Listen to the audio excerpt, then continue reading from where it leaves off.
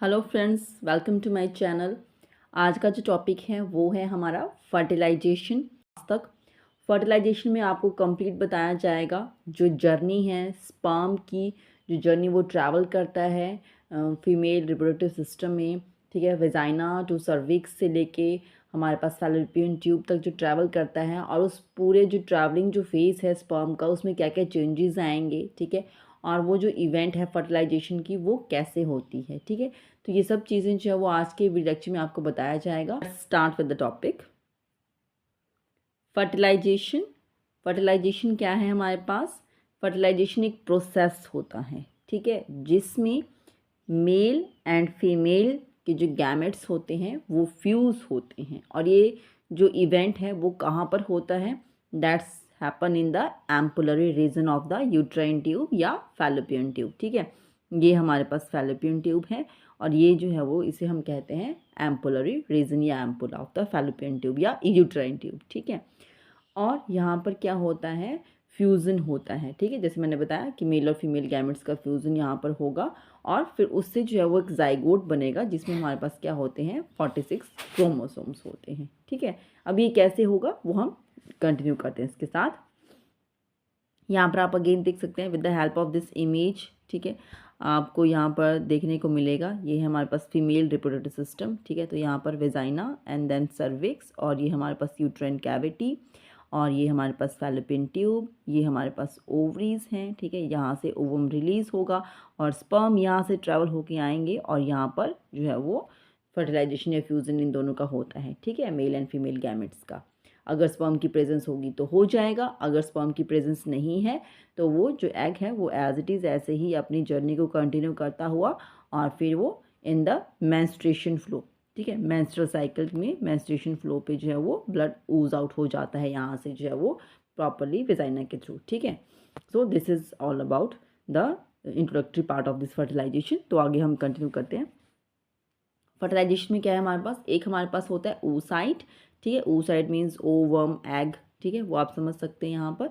और एक हमारे पास है स्पर्म, ये मेल गैमेट है, और oocyte जो हमारे पास है वो फीमेल गैमेट है। ठीक है, तो यहाँ पर हमारे पास क्या होता है? जो ओवम हमारे पास होगा, जो oocyte हमारे पास है, उसके बाहर एक लेयर होती है, that layer is known as corona radiata. ठीक है, ये लेयर जो है वो आपने याद रखनी है। ओवम के बाहर ये जो एग है इसके बाहर एक लेयर होती है, that is known as corona radiata. जो आउटर मोस्ट लेयर होती है उसके अंदर एक और लेयर होती है। ठीक है, तो ये हमारे पास एक लेयर होती है कोरोना रेडिएटा। इसको पेनिट्रेट करके ही जो है वो स्पर्म जो है वो अंदर एंटर हो पाता है एग के। ठीक है, so which is a protective layer of the cell.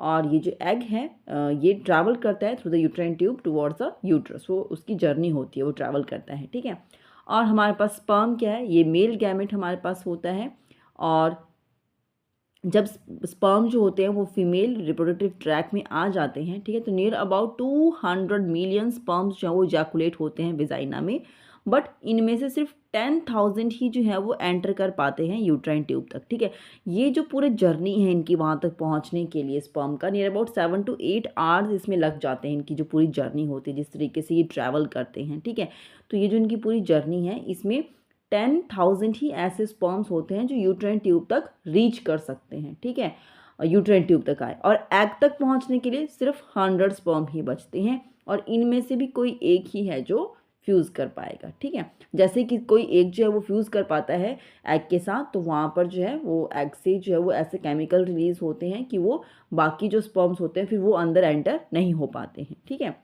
Movement of sperm from cervix to uterine tubes occurs by the muscular contraction of the uterus and uterine tube. ठीक है, तो वो मस्कुलर कॉन्ट्रैक्शन जो हमारे पास होती है यूट्राइन ट्यूब के या यूट्रस के, उसकी हेल्प से जो है ये स्पर्म जो है वो ट्रैवल कर पाता है यूट्राइन ट्यूब तक। तो ये सब इसका एक जर्नी का पार्ट है। ठीक, जो जर्नी है स्पर्म की, जो उसने कंटिन्यू किया सर्विक्स से लेके ओविडक्ट तक। ठीक है, तो ये जो है वो नियर अबाउट 30 मिनट्स भी ले सकते हैं अगर फास्टली वो उस लेवल तक पहुंच जाते हैं, या ज़्यादा 6 डेज़ भी ले सकते हैं। ठीक है, और फिर जैसे ही जो स्पर्म है इस्थमस तक पहुंच जाते हैं तो उनकी जो मोटिलिटी है वो सीज हो जाती है, वो थोड़ा कम स्लो हो जाता है। ठीक है, बट जैसे ही जो है वो ओवल्यूशन तक पहुंचते हैं, ठीक है, अपना ओवम के पास पहुंच रहे हैं, तो उस एक टाइम पर जो है जो हमारा जो एग की जो सराउंडिंग्स जो सेल्स हैं ठीक है, वो कुछ ऐसे जो एंजाइम्स वहाँ से सीक्रेट होते हैं, ऐसे केमिकल्स सीक्रेट होते हैं, ठीक है, कि जो उनको और अट्रैक्ट करते हैं, जिसकी वजह से जो है वो उनका जो स्पीड है, जो मोटिलिटी है, वो और इंक्रीज हो जाती है, ठीक है। and the spermatozoa are not able to fertilize the oocyte immediately upon the arrival in the female genital tract, ठीक है। जैसे मैंने कहा कि बहुत लंबी जर्नी है स्पर्म को जो कवर करनी पड़ती है, फ्रॉम सर्विक्स से लेके उसका ओविडा ये हमारी यूट्राइन ट्यूब तक जो है वो एम्पुल तक पहुंचेगा। तो इस पूरी जर्नी में, बट उस पूरी जर्नी में जो है वो स्पर्म सिर्फ ट्रैवल ही नहीं करता है, स्पर्म में जो है बहुत सारे चेंजेस भी आते हैं, और वो चेंजेस अगर स्पर्म में नहीं होंगे तो वो जो है वो एग को फर्टिलाइज नहीं कर पाता है।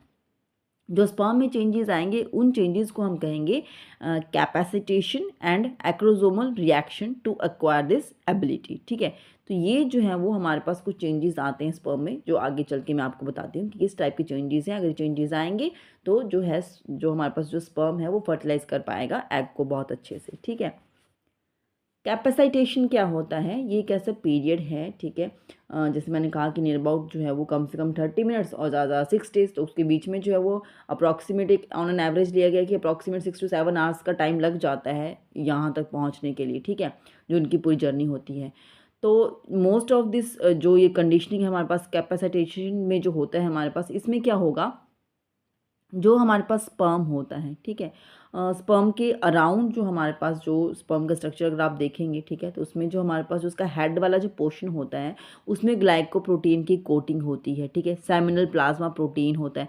तो ये जो चीज़ें होती हैं ये रिमूव हो जाती हैं, जो ग्लाइकोप्रोटीन की जो कोटिंग है और सेमिनल प्लाज्मा प्रोटीन है ये रिमूव हो जाता है फ्रॉम द प्लाज्मा मेम्ब्रेन, ठीक है।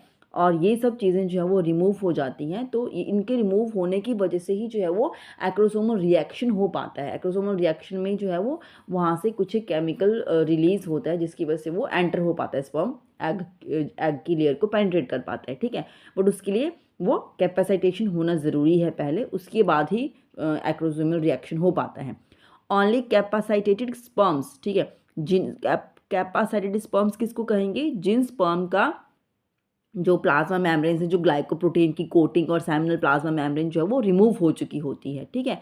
तो उन्हीं स्पर्म को जो है वो हम बोलेंगे कैपेसाइटेटेड स्पर्म्स, और यही जो स्पर्म्स होते हैं यही जो है वो पास कर सकते हैं जो कोरोना रेडिएटा जो सेल्स मैंने बताया था कि एग की बाहर वाली लेयर्स होती हैं उनको जो है वो पास कर सकते हैं, और एक्रोसोम रिएक्शन वहाँ पर होगा, ठीक है। सिर्फ उन्हीं स्पर्म्स का जिनका कैपेसाइटेशन हो चुका होता है, मीन्स जिनके प्लाज्मा मेम्ब्रेन से ग्लाइकोप्रोटीन की कोटिंग और सेमिनल प्लाज्मा मेम्ब्रेन जो है वो रिमूव हो जाता है, ठीक है।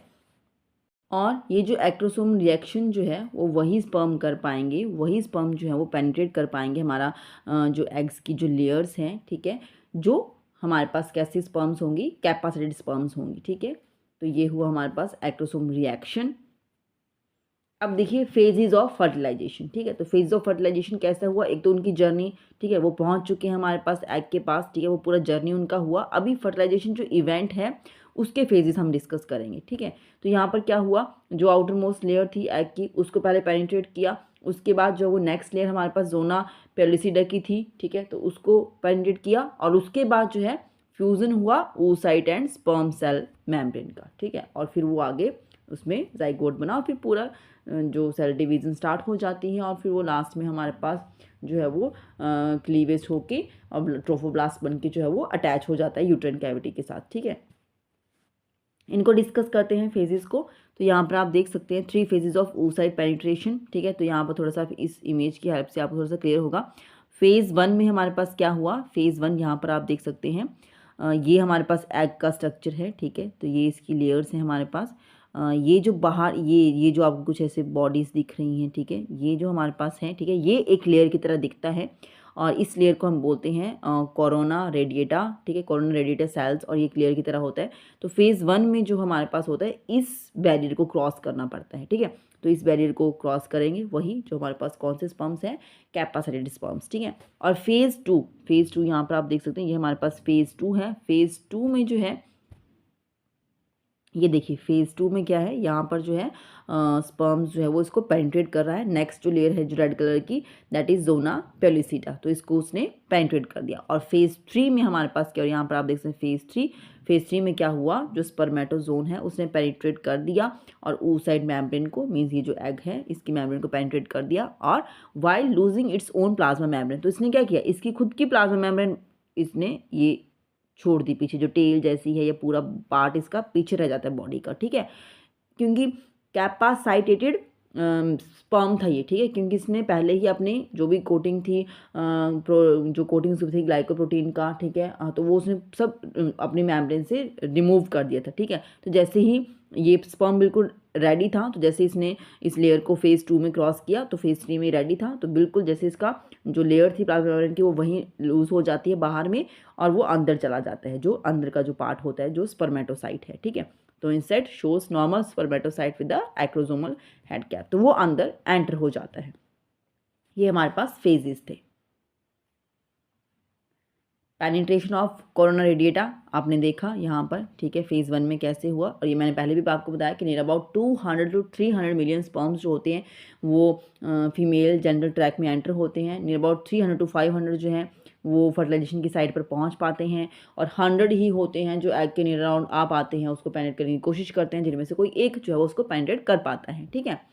और नेक्स्ट हमारे पास पेनिट्रेशन ऑफ जोना पेलिसिडा, तो जो अंदर की जो लेयर हमारे पास है उसमें सिर्फ एक ही जा पाएगा। तो जोना जो ये जो लेयर है हमारे पास, ये ग्लाइकोप्रोटीन शेल होती है सराउंडिंग द एग के नियर अराउंड, जो फैसिलिटेट करती है और मेंटेन करती है कि स्पर्म बाइंड हो सके और एक्रोसोमल रिएक्शन को कॉज कर सकती है, ठीक है। Both are made by ligand ZP3 zona protein, तो इस तरीके से वो बने होते हैं इनकी बाहर की लेयर्स। और जो परमेबिलिटी होती है जोना की, जो जोना पेलिसिडा जो लेयर है जिसकी परमेबिलिटी है, ये चेंज हो जाती है जैसे ही स्पर्म का हेड जो है वो कॉन्टैक्ट में आ जाता है oocyte के सरफेस के साथ, ठीक है। तो मीन्स एक कोई स्पर्म फ्यूज़ कर गया, कोई कॉन्टैक्ट में आ गया, तो फिर बाकियों के लिए वो परमेबिलिटी नहीं रहती और कोई स्पर्म्स उसमें एंटर नहीं कर पाएंगे। This contact results in the release of lysosomal enzyme, तो क्या हुआ, जैसे वो कॉन्टैक्ट बना तो वहाँ से क्या हुआ, लाइजोसोमल एंजाइम्स जो है वो सिक्रेट होना स्टार्ट हो जाएंगे फ्रॉम द कॉर्टिकल ग्रैन्यूल्स, जो प्लाज्मा मेम्ब्रेन की जो लाइनिंग है एग के near around, and in turn this enzymes alter the properties of zona pellucida, तो जोना पेलिसिडा की जो प्रॉपर्टीज़ थी कि वो परमेबिलिटी उन्होंने कॉज किया था वो सब चेंज हो जाती है, फिर कोई और स्पर्म जो है वो अंदर एंटर नहीं कर पाएगा। नेक्स्ट है fusion of oocyte and sperm membrane, तो यहाँ पर जो है जो हमारे पास जो एग था, जो इंटरनल पार्ट जो है उसका, तो वो oocyte जो है वो फ्यूज होता है स्पर्म मेम्ब्रेन के साथ।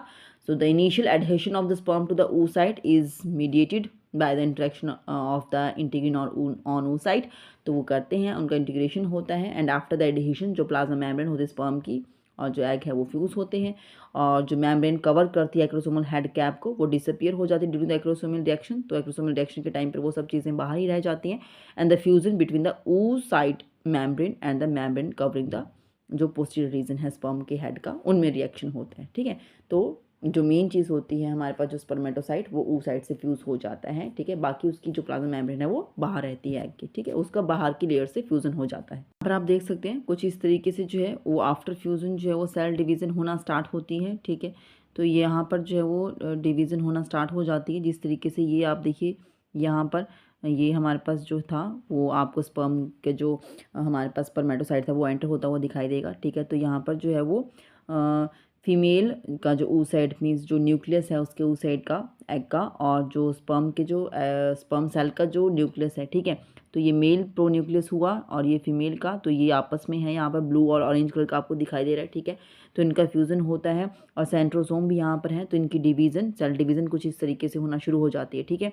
तो ये यहाँ पर इस तरीके से जो है सेल डिवीज़न होगी, जब 2 सेल का इस तरीके से ये बन जाएगा तो इसे हम कहेंगे ज़ाइगोट। ये यहाँ पर हमारे पास सेल डिवीज़न हुई, ठीक है, तो ये अलग अलग से इनके सेल्स जो थे वो डिवाइड हुआ आपस में, और ये हमारे पास बन जाता है ये हमारे पास ज़ाइगोट फॉर्म हो जाएगा, ठीक है। तो हमारे पास 23 पेयर ऑफ क्रोमोसोम्स होते हैं, तो इस तरीके से ये डिवीज़न के बाद इस तरीके से बन जाता है, ठीक है। मेन रिजल्ट क्या है फर्टिलाइजेशन का, restoration of diploid number of chromosome, ठीक है। तो अगेन वैसे ही डिप्लॉयड नंबर ऑफ क्रोमोसोम जैसे एक इंडिविजुअल में होता है तो वैसे ही वो बन जाता है, ठीक है। और determination of sex new individual, ठीक है, तो अगर वही है हमारे पास एक्स हमारे पास फीमेल का होता है और XY हमारे पास मेल का होता है, ठीक है। तो x carrying sperm produces a female, ठीक है। तो अगर जो स्पर्म है, ठीक है, तो अगर उसका स्पर्म का जो गैमेट जो है हमारे पास, तो अगर उसमें से एक्स फ्यूज़ करता है, ठीक है, तो फीमेल के पास तो क्वार्टर वैसे एक्स ही है, तो मेल के ऊपर डिपेंड करता है कि अगर एक्स कैरिंग स्पर्म जो फ्यूज़ करता है तो वो फीमेल बनाएगा, फीमेल एम्ब्रियो, एक्स एम्ब्रियो, ठीक है। और अगर वाई कैरिंग स्पर्म जो है वो फ्यूज़ करता है तो फिर वो एक्स वाई एम्ब्रियो बनाएगा, ठीक है। तो यही है, तो उसका आइडेंटिफिकेशन हो पाती है, ठीक है। And initiation of cleavage start हो जाएगी। Without fertilization the oocyte usually degenerate, ठीक है। तो वो मैंने पहले भी आपको बताया था, अगर फर्टिलाइजेशन होती है तभी जो है वो आगे हमारे पास जो है वो क्लीवेज होगी और जाइगोट एम्ब्रियो से बनता जाएगा, ठीक है।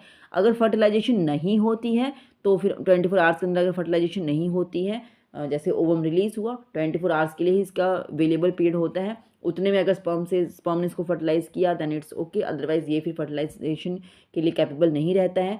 फिर ये जो है वो अपनी जर्नी कंप्लीट करने के बाद जो हमारे पास 28 डेज़ का जो मेंस्ट्रुएशन साइकिल की जो जर्नी है वो कंटिन्यू हो जाती है, और ये बॉडी से जो है वो in the form of blood endometrium layer का शेडिंग ऑफ, और ये एग सब जो है वो वेजाइना के थ्रू एक्सक्रीट हो जाता है, ठीक है।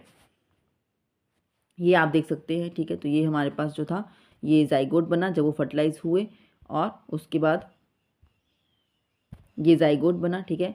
Zygote has reach the 2 cell stage, it undergoes a series of mitotic division, ठीक है। जैसे ही 2 सेल में आ जाएगा तो इसमें माइटोटिक डिवीजन होना स्टार्ट हो जाएगी, 2 से 4 8 16 सेल्स को मोरुला कहते हैं, ठीक है। तो इस तरीके से, और उसके बाद जो है वो हमारे पास ट्रोफोब्लास्ट की एक लेयर बन जाती है, और इसको हम क्या कहते हैं, ब्लास्टोसिस्ट। और इसका जो है वो ये हमारे जो यूट्राइन कैविटी जो लेयर होती है उसमें जाके अटैच हो जाता है, और फिर इम्प्लांटेशन होती है, और फिर वहाँ से आगे जो है वो एम्ब्रियो और वो सब चीज़ें आगे बेबी का जो फीटस और फिर उसका पूरा साइज इंक्रीज होता है, ठीक है। The 2 cell stage is reached approximately 30 hours, ठीक है। तो उसको कितना टाइम लगेगा 2 सेल स्टेज में तक आने के लिए, 30 आवर्स आफ्टर द फर्टिलाइजेशन, और 4 सेल स्टेज के लिए 40 आवर्स, और 12 to 16 स्टेज के लिए सेल स्टेज के लिए 3 डेज लग जाते हैं, ठीक है। तो लेट मोरुला स्टेज जो रीच होती है वो 4 डेज में after fertilization. So the inner cell mass gives rise to tissue of embryo proper, and outer cell mass जो होता है ट्रोफोब्लास्ट, जैसे ये इस तरीके की लेयर थी ना, बाहर से ऐसे ऐसे हमारे पास सेल्स थे, और एक यहाँ पर था, ठीक है। तो हमारे पास जो इनर जो मास होता है इससे हमारे पास बनेगा एम्ब्रियो प्रॉपर जो फीटस बनने वाला है लेटर ऑन, और जो आउटर वाली जो लेयर थी, ठीक है, तो ये कंट्रीब्यूट करती है प्लेसेंटा की फॉर्मेशन के लिए, ठीक है। तो ये था हमारे पास फर्टिलाइजेशन, और आप यहाँ पे देख सकते हैं जो भी टाइम कंज्यूम हुआ इन कंप्लीटिंग दिस क्लीवेज, तो ये थोड़ा सा और यहाँ पर आप रिवाइज कर सकते हैं। डे 0 पर क्या था, प्रोन्यूक्लियर स्टेज थी, ठीक है। डे 1 मीन्स 24 आवर्स में 2 सेल का हो गया, देन 48 में 4, और ये 72 पे 8, और इस तरीके से जो है ये इनकी जर्नी हुई, ठीक है। और यहाँ पर जो है ये यहाँ पे अपना पूरा करने के बाद जैसे ही इसमें जो है उसकी ब्लास्टोसिस्ट की हैचिंग हो जाएगी, तो ये जब ये वाला था हमारे पास, तो ये यूट्राइन कैविटी से अटैच हो जाता है, ठीक है। This is all about my today's topic fertilization. I hope आपको टॉपिक समझ में आया होगा। मेन चीज़ इसमें यही था, स्पर्म की जर्नी कैसी होती है और स्पर्म में क्या क्या चेंजेस आएंगे एग तक पहुंचने से पहले, ठीक है। और वो फेजेस ऑफ फर्टिलाइजेशन में हमने देखा, और एग फर्टिलाइज होता है, और उसके बाद ही जो है वो आगे की चीज़ें उसमें सेल में चेंजेस आएंगे, क्लीवेज होगा, और वो फिर इम्प्लांटेशन होती है तो चेंजेस आते हैं, ठीक है। यहाँ पर सिर्फ फर्टिलाइजेशन ही था, इम्प्लांटेशन हम नेक्स्ट वीडियो में करेंगे।